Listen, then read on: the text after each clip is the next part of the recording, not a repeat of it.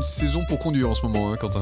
Non, pas du tout même. Ça fait un moment qu'on n'a même plus l'espoir de voir le soleil et ça se ressent sur la route avec, comme on discutait juste avant d'enregistrer, pas mal de bouchons en ce moment, de nombreux accidents en Provence en particulier autour de Marseille et j'ai l'impression en lisant les articles du monsieur météo de la Provence que ce n'est pas prêt de s'arranger. Ouais, en tout cas, non, c'est sûr que c'est pas la meilleure période. Bonjour, hein, Quentin, j'espère que tu vas bien déjà avant tout. Mais je vais très bien, Eric, j'espère que tu vas bien aussi. Eh ben écoute, ravi de te retrouver pour ce 7e épisode de Ça roule Quentin, actualité, mobilité, transport en Provence. Vous allez voir, le programme est assez chargé encore pour ce nouvel épisode. C'est parti, et c'est maintenant.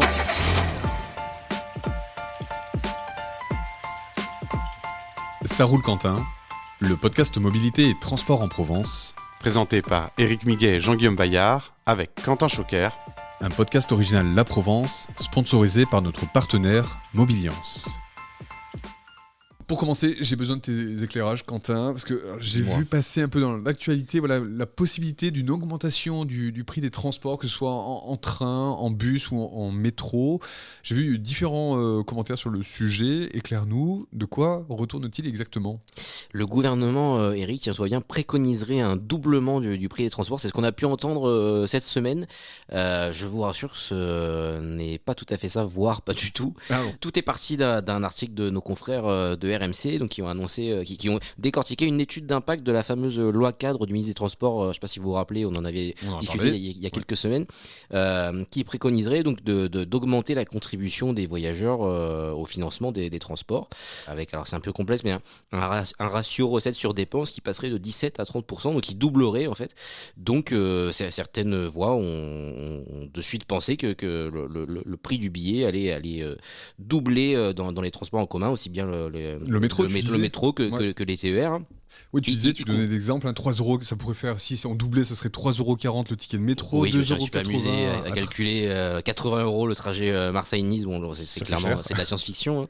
Mais certaines voix qui continuent de dire que le gouvernement est en flagrant délit de gros mensonges, je cite, comme Fabien Villedieu, secrétaire général du syndicat ferroviaire Sudrail. Il a fait une petite vidéo pour en parler, je vous propose de l'écouter. On s'est pris la peine de la lire, et page 144, parce qu'on espère que ça va tourner. L'impact de cette loi sur les entreprises, qu'est-ce qu'ils mettent ? Ils mettent une contribution plus équilibrée entre entreprises, usagers et habitants au financement des mobilités en visant, donc l'objectif, en visant un ratio recettes et dépenses à minima à l'ordre de 30%. Aujourd'hui, la contribution, elle est 17%. Voilà. L'objectif, c'est à minima 30%. Voilà. Donc c'est bien doublé. Voilà, c'était Fabien Villedieu, syndicaliste ferroviaire bien connu. Voilà, d'après lui, c'est un mensonge. Ce qui est un mensonge, d'après le gouvernement, c'est plutôt ce prétendu doublement du prix des transports. En début de semaine, plusieurs membres du gouvernement ont pris la parole à l'antenne de différents médias. Le ministre des Transports d'abord, qui a parlé directement de fake news. Maud Bréjon, porte-parole du gouvernement, qui a affirmé qu'il n'y avait aucune ambition de doubler les tarifs. En fait, ce qui se passe, c'est qu'il y a bien une mesure de la loi cadre du ministère des Transports qui a pour but d'indexer automatiquement les tarifs des transports sur l'inflation, avec plusieurs indicateurs que les autorités organisatrices de mobilité, comme on appelle, la région, voilà, pourraient appliquer si elles le souhaitent. D'accord. Mais ça ne serait pas un doublement, ça serait effectivement une hausse annuelle. En région Provence-Alpes-Côte d'Azur, ça existe déjà, c'est ce que m'a dit Jean-Pierre Cérus, vice-président du conseil régional en charge des transports. Il m'a expliqué que voilà, le coût des abonnements TER régionaux a diminué de 20% en 2025 grâce à la mise en place d'une taxe sur les entreprises. Et dans le même temps, on a laissé progresser au rythme de l'inflation le prix du billet occasionnel. Si bien que chez nous, en région PACA, on a le fameux ratio recettes sur dépenses dont je parlais, il est situé entre 25 et 30%, ce qui est supérieur à la moyenne nationale et équivalent aux autres pays européens. A priori, pas de raison de doubler le tarif des transports chez nous. Bon, on compte surtout en tout cas pour vérifier le prix des billets chaque année pour voir si ça augmente. On sait que tu vas être vigilant sur cette question. Merci en tout cas pour ces précisions sur le prix des transports. On va passer de transport sur terre à l'avion. On va prendre de la hauteur avec ses usagers. Tu as fait un article la fin de semaine dernière à retrouver sur laprovence.com comme toujours, sur ces usagers qui culpabilisent de prendre l'avion, mais qui finalement le prennent, et en plus, ces usagers, ils sont jeunes. C'est ça. Alors, je suis allé faire un petit tour à l'aéroport Marseille-Provence pour rencontrer des voyageurs plutôt jeunes. Alors, je dis ça, j'ai 31 ans, donc j'ai l'impression d'en avoir le double en disant jeune. Tu lui dis, hein. Et oui, malheureusement. Parce que j'ai découvert une étude de la Fédération nationale de l'aviation et de ses métiers qui montre, donc elle est parue l'an dernier cette étude, qui a montré que les 18-34 ans représentent 46% des passagers des avions entre 2016 et 2024. Donc c'est la tranche d'âge majoritaire dans les avions, alors même que d'autres études montrent qu'il y a bien une prise de conscience écologique depuis les années Covid, depuis le début de la décennie. Ouais, donc près de la moitié qui ont dans cette tranche d'âge. Comment ils expliquent, comment ils justifient le fait de prendre l'avion du coup ? Alors j'ai interrogé plusieurs voyageurs, donc effectivement, certains me disent je prends bien plus souvent l'avion ces dernières années, parfois je culpabilise. On sait qu'on pollue, mais on n'a pas le choix. Parce que pour beaucoup, l'avion, c'est le moyen de partir en vacances le plus fiable, le plus sûr, le plus à l'heure, et surtout le moins cher. Mais oui. Par rapport au train, par exemple, j'ai interrogé Morane, 21 ans, qui allait s'envoler pour Lille depuis Marseille. Elle me disait qu'elle avait payé son vol 20 € avec une compagnie à bas coût, ce qui est bien moindre que le prix d'un Marseille-Lille. Et donc c'est surtout le prix du coup, qui fait la différence pour ces jeunes. Oui, voilà, c'est la politique des compagnies à bas coût qui se sont fortement implantées dans les aéroports français ces dernières années. À l'aéroport de Marignane, je crois que c'est presque, voire un peu plus de 40% du trafic qui est représenté par la seule compagnie Ryanair. Ouais. Donc c'est absolument énorme. Ça met ces compagnies en position de force. On l'a vu dès lors que le gouvernement menace de plus taxer l'aviation, supprime des liaisons et veulent se retirer de certains aéroports régionaux. Donc j'ai interrogé là-dessus Alexis Chailloux, en charge du secteur aérien chez Réseau Action Climat, qui a étudié justement le phénomène et a publié une étude montrant que l'avion est en moyenne 2,5 fois moins cher que le train en Europe. Je vous propose de l'écouter dès maintenant pour avoir ses explications. Vous allez avoir depuis Marseille des billets à 15, 20, 30 € vers des capitales européennes ou vers le Maghreb qui correspondent même pas au prix du carburant, quoi. Ouais. Et ça, c'est possible par des niches fiscales, des exonérations fiscales dont continue de jouir le secteur aérien. Donc la plus connue, c'est qu'il n'y a pas de taxe sur le kérosène. Mais ce qu'on sait moins, c'est qu'il n'y a pas non plus de TVA. Enfin, il y a une TVA à 0% sur les billets d'avion. Ça veut dire que vous allez acheter une voiture, un vélo, vous payez une TVA à 20%, vous partez en vacances en avion, vous payez une TVA à 0%. Quoi. Donc ça, en fait, ça encourage on va dire un usage peut-être un peu démesuré chez une partie de la jeunesse de l'avion, avec des week-ends à Porto, à Marrakech, à Prague, qui peuvent avoir lieu plusieurs fois par an, voire pour les moins modérés, plusieurs fois par mois, quoi. Voilà pour Alexis Chailloux, en charge du transport aérien dans l'ONG Réseau Action Climat. De l'aérien, on retourne sur nos bonnes routes provençales. Bon, pas que, parce que ça concerne tous les véhicules sur le territoire. Oui. Et on parle des Citroën C3, les dernières Citroën, qui font face à un bug de logiciel. J'ai vu ton petit article. Ouais, alors vous avez peut-être aimé, je ne sais pas si c'est le mot, le rappel des Citroën C3 avec les airbags Takata. Alors vous aimerez peut-être le rappel des toutes nouvelles Citroën C3. On n'est pas sur le même danger, hein. Non. Rassure-nous quand même. Ici, je vous rassure, il n'y a pas de danger, mais il y a quand même plusieurs bugs logiciels qui justifient la mise en place d'un rappel quand même d'envergure chez Stellantis cette semaine. Le groupe automobile, qui, alors je le rappelle, possède Peugeot, Citroën, Fiat, Opel et bien d'autres marques encore, a rappelé quasiment 60 000 de ces Citroën C3 et C3 Aircross de dernière génération. Et alors justement, ces bugs, Quentin, qu'est-ce qui se passe exactement ? Alors ce qui se passe, c'est que par exemple les voitures qui sont équipées d'une caméra à l'avant peuvent, je cite, ne pas enregistrer correctement le temps de conduite cumulé requis pour surveiller la connexion au serveur. Donc c'est vraiment un petit détail technique, mais ça répond pas aux exigences du français, constructeur. Ça veut dire quoi ? Excuse-moi, juste pour comprendre. C'est juste que ça ne répond pas aux exigences du constructeur durant la fabrication. En fait. D'accord, mais vraiment en termes de sécurité, il n'y a pas de problème. Il n'y a pas de danger. Il y a un autre bug logiciel qui dans un module en fait qui contrôle les systèmes électroniques de la voiture, qui peut provoquer entraîner une mauvaise information sur la limitation de vitesse en vigueur là où on roule. Ah, ça c'est peut-être plus embêtant. C'est un peu plus embêtant, oui. Ouais. Bon, après on doit quand même toujours être attentif aux panneaux quand on circule, et généralement même quand ça fonctionne, ce type d'indicateur est d'expérience rarement fiable.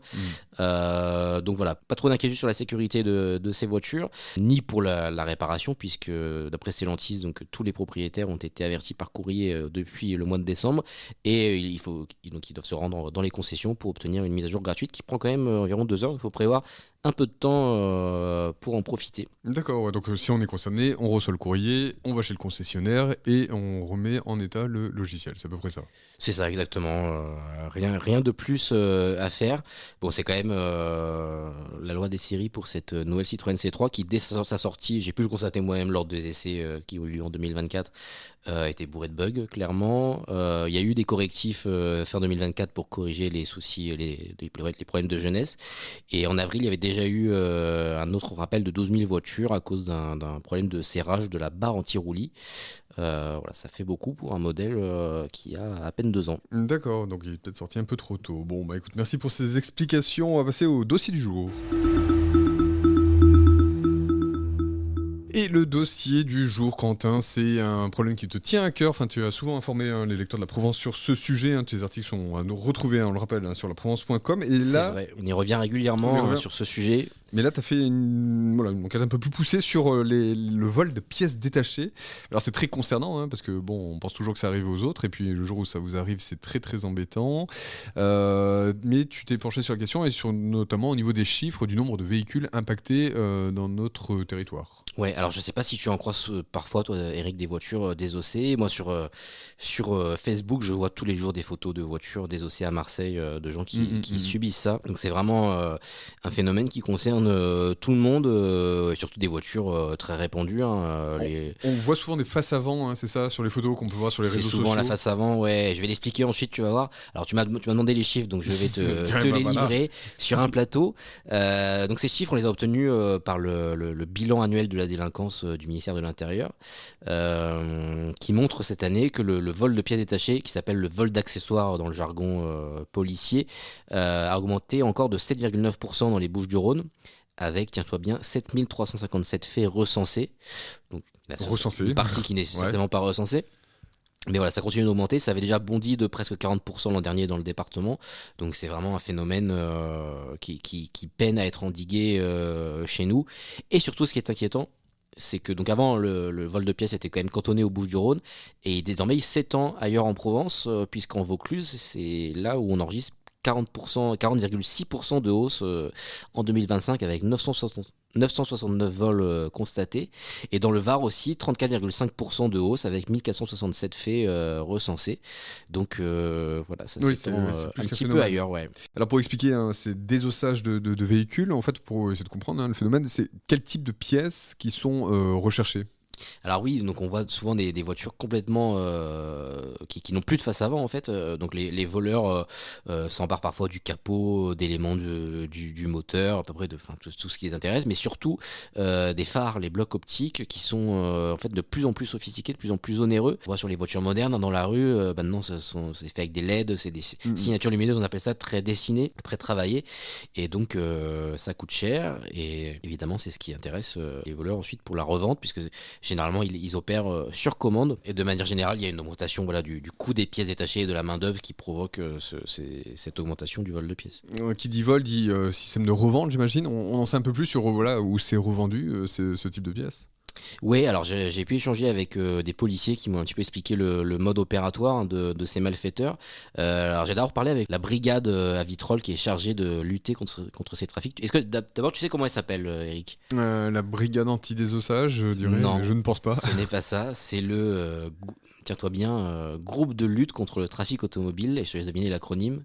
Le GTA. Ce GTA, ils ont été créés en 2024, ils ont élucidé 1 millier de faits depuis leur création. Ah oui, quand même. Et ils m'ont expliqué qu'en 2025, ils ont démantelé à Marseille une bande organisée qui volait des. Alors, ils volaient carrément les voitures sur commande, ils allaient les désosser dans un garage d'une résidence, ils incendiaient la carcasse et puis après, ils écoulaient les pièces qui leur avaient été commandées. Non, sur commande, ouais. Sur commande, Ouais, ouais. donc après, Ils pouvaient démonter jusqu'à 4 véhicules par nuit. D'accord. Parce que ça paraît un peu compliqué pour celui qui n'est pas mécanicien de démonter tout ça, le bloc phare. Enfin, j'ai du mal à changer mon ampoule sur une 308, alors Et il faut des outils quand même, il faut être outillé pour faire ça, non? Ouais, avec un peu de connaissance, visiblement, ça se fait bien, parce que j'ai échangé avec une victime à Marseille qui m'expliquait que les images de vidéosurveillance de sa résidence montraient une personne escalader le portail, faire un peu de repérage, briser une vitre de sa Golf, ouvrir le capot et lui démonter toute la face avant en un quart d'heure. D'accord. Ouais, donc 10 000 euros de dégâts 10 000 en euros un quart d'heure. Ah oui, ouais. ouais, effectivement. Et 10 000 euros pris en charge par l'assurance, évidemment, mais c'est ce qui tend aussi à provoquer la hausse du prix de l'assurance auto en région PACA, qui est la plus chère pour assurer sa voiture. J'allais y venir parce que tu as interrogé d'autres personnes qui ont été victimes aussi de ces méfaits, mais pour qui, voilà, justement, au bout d'un moment, l'assurance leur dit vous êtes bien gentil, mais là, ça fait trop de vols, du coup. C'est ça, j'ai interrogé Clémence, une Marseillaise qui, elle, alors elle n'a pas trop subi de vol de pièces. Bon, quand même, elle a pas trop subi de vol de pièces trop grave, mais on lui a volé à plusieurs reprises la caméra d'encul de sa Renault Clio, qui est un phénomène très, très courant à Marseille. Elle a fini par laisser tomber l'idée même de remettre une caméra, et puis on lui a aussi cassé plusieurs fois la vitre pour rentrer à l'intérieur de sa voiture, pas forcément pour les des pièces, même si c'est une méthode. Et au final, voilà, elle a été radiée de son assurance, elle a dû en contracter une nouvelle et elle paye 195 € par mois en tout risque. Ouais, c'est un peu embêtant quand même, c'est un peu cher. Ça commence à faire pour une Clio, ouais. Tu parlais de la Renault Clio, on suppose que ce sont des véhicules assez récents qui sont ciblés.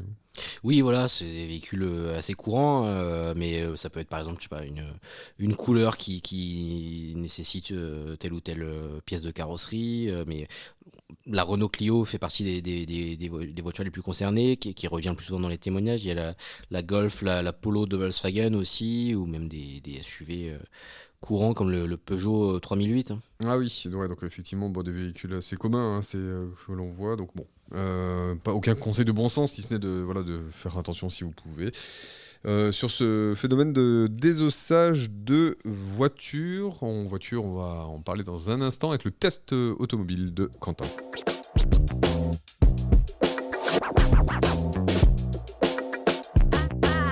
Et le test véhicule, alors c'est un petit retour en arrière, parce que tu l'as fait en juin dernier, ce test, mais on en parle aujourd'hui, c'est parce que c'est un véhicule de la marque Toyota, c'est le BZ4X qui sort dans sa version Touring, là, bientôt.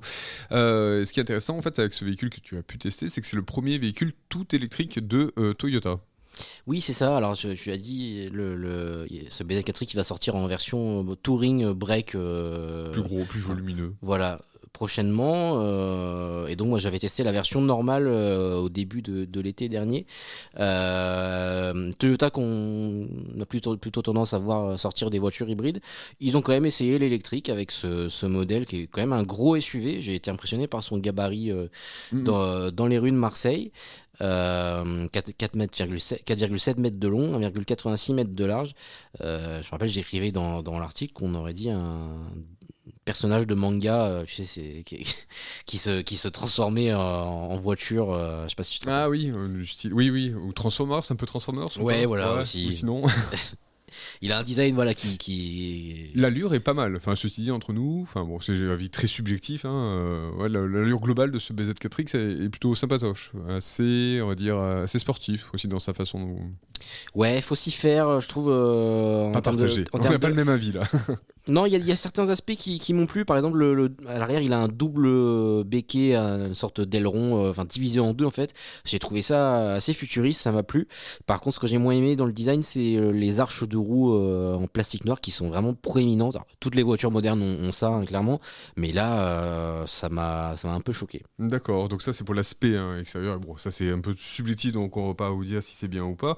La conduite, du coup, de cette tout électrique de Toyota. Oui, je l'ai conduit pendant une semaine, donc j'ai pu me faire un bon avis. Je l'ai trouvé assez polyvalent, un bon mélange de confort et de fermeté, notamment sur la suspension. Alors quand je dis ça, c'est que on est plutôt bien installé dedans, et en même temps c'est pas trop feutré. Je veux dire, on n'est pas isolé du monde extérieur, on ressent bien les aspérités de la route. Parce que tu disais c'est un gros gabarit, donc ce qui prime sur les gros gabarits, c'est de la conduite. Est-ce que la maniabilité, tu l'as trouvé comment à ce niveau-là? Je l'ai trouvé plutôt stable. On sent pas trop non plus son poids de 2 tonnes quand même, qui est conséquent. À conduire, il est assez énergique. Il accélère de 0 à 100 km/h en 8,4 secondes. On a quand même 204 chevaux sous le pied droit. Ça permet, sans faire d'excès, mais de s'insérer facilement sur l'autoroute quand on en a besoin. Sur l'autoroute, par contre, j'ai constaté pas mal de bruit d'air au-dessus de 100 km/h. Il y a une consommation d'énergie qui a tendance à s'envoler. Alors, pour rappel, on parle de litres au 100 km avec des voitures essence. Là, on parle de kilowattheure au 100 km. Sur autoroute, avec le BZ4X, j'ai fait du 20-21 kWh au 100, ce qui est quand même un peu élevé. En ville, je suis descendu à 17 kWh, ce qui est plutôt cohérent avec... on peut approcher de l'autonomie promise en ville. Sur autoroute, ça me paraît plus compliqué. Autonomie promise qui est de 513 km avec une batterie de 71,4 kWh. D'accord, donc en autonomie réelle, tu dirais combien à peu près c'est difficile à mesurer, mais tout dépend de la conduite, si on fait que de l'autoroute, avec la consommation que j'ai eue, faut plutôt s'attendre à 340 km d'autonomie avec ce Z4X. En sachant que voilà, sur autoroute, on peut recharger de 10 à 80% en 30 minutes environ sur les bornes rapides qui sont maintenant un peu partout. Question tarif, Toyota qui nous habitue à des véhicules de bonne facture avec un prix des fois un peu plus élevé. Est-ce que là tu peux nous en parler de ce prix comparativement, j'ai envie de dire, avec les autres véhicules de la même gamme de... Il est clairement bien plus cher que le reste de la gamme Toyota. Au départ, il était vendu à partir de 55 000 € en France, ce qui est juste énorme pour un SUV Toyota avec une finition qui n'est pas mauvaise, mais qui n'a rien de haut de gamme.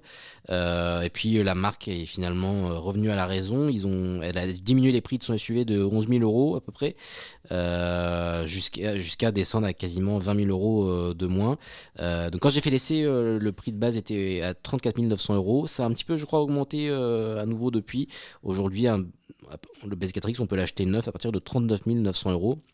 Ce qui reste pas donné quand même pour un modèle de ce type. Et le Touring, on n'a pas encore les prix définitifs de cette version plus spacieuse, mais on peut imaginer qu'elle sera forcément un peu plus chère que le BZ4X normal. Bon, à voir ce pari de l'électrique de Toyota. En tout cas, merci beaucoup Quentin pour cet avec essai. Plaisir. Merci pour ces explications sur tous les sujets. Je rappelle, l'actualité automobile, transport, mobilité, c'est à retrouver aussi sur laprovence.com. Voilà, on le répète à chaque fois, mais bon, si vous voulez voir aussi les images justement de ce BZ4X, c'est sur laprovence.com que ça se passe. Merci Quentin. Merci à toi Eric. Rendez-vous au prochain épisode. À très vite.